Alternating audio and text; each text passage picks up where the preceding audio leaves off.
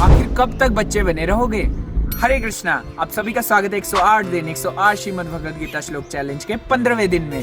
तो आइए साथ में मिलकर श्रीमद् भगवद गीता के दूसरे अध्याय के 45वें श्लोक का उच्चारण करते हैं। त्रैगुण्यो विषया वेदा निस्त्रैगुण्यो भवार्जुना निर्द्वंद्वो नित्य सत्वस्थो निर्योग क्षेमात्मवान। अनुवाद: वेदों में मुख्यतः प्रकृति के 3 गुणों का वर्णन हुआ है।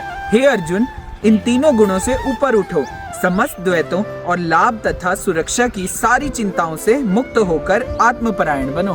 पिछले श्लोक से हमने जाना कि भोग और ऐश्वर्य में आसक्त व्यक्ति आध्यात्मिक जीवन के प्रति दृढ़ निश्चय नहीं कर पाता। आज के श्लोक में भगवान उसी स्थिति को विस्तार से बता रहे हैं। त्रैगुण्यो विषया वेदा। संसार के सभी लोग प्रकृति के 3 गुण सतो, रजो और तमो से बंधे हुए हैं और इसीलिए वेदों की शिक्षाएं भी प्रायः इन 3 गुणों से ही संबंधित है। वेदों में इन 3 गुणों में बंधे हुए लोग जो भोग और ऐश्वर्य की आकांक्षा करते हैं, उनके लिए वेदों के कर्म कांड विभाग में कुछ ऐसे यज्ञों की स्तुति है जिन्हें करके वे लोग इस संसार में और इस जीवन के उपरांत स्वर्ग लोकों में भी भोग और ऐश्वर्य प्राप्त करेंगे। और जैसे छोटे बच्चों को पहले प्लेवे स्कूल में डाला जाता है ताकि उनकी स्कूल जाने के प्रति इच्छा जागृत हो, उसी तरह वेदों में मुख्यतः 3 प्रकृति के गुणों में बंधे हुए लोगों के लिए कर्म कांड का विभाग है। परंतु कम बुद्धि वाले व्यक्ति सोचते हैं कि वेदों का बस यही प्रयोजन है कि स्वर्ग में भी भोग ऐश्वर्य प्राप्त करना। लेकिन जिस तरह बच्चों के प्लेवे स्कूल का उद्देश्य उनके प्लेवे स्कूल के उपरांत उन्हें उच्च शिक्षा के लिए विद्यालय में भेजना है,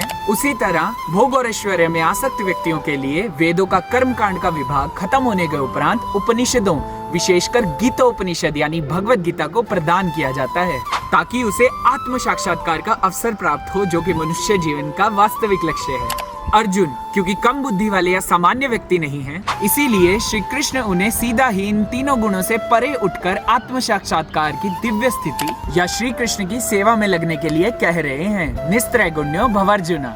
इन 3 गुणों से परे दिव्य स्थिति निर्योग क्षेम आत्मवान को हम भी पूर्णता कृष्ण भावनामृत होकर प्राप्त कर सकते हैं। आपने श्रीमद् भगवद गीता के इस श्लोक का तात्पर्य अच्छे से पढ़ना है और इस प्रश्न का उत्तर देना है कि श्रीमद् भगवद गीता किस वेद का भाग है। चैलेंज में भाग लेने के लिए इस प्रश्न का उत्तर कमेंट सेक्शन में अपने नाम के साथ लिखें।